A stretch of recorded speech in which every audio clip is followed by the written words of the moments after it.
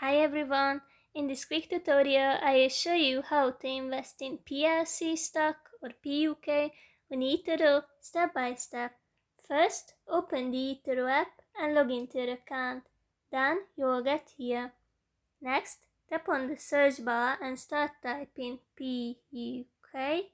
Select it. And now tap the trade button to start your purchase. First of all, decide how much money you would like to invest.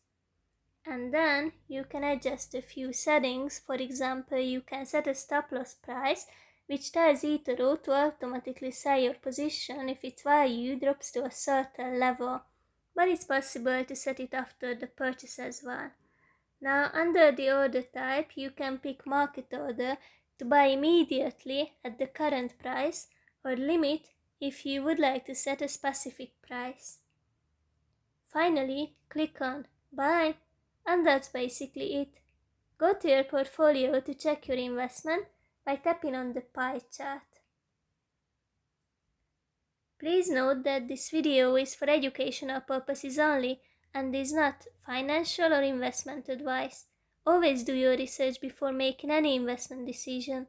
Happy trading and may the bull market be with you.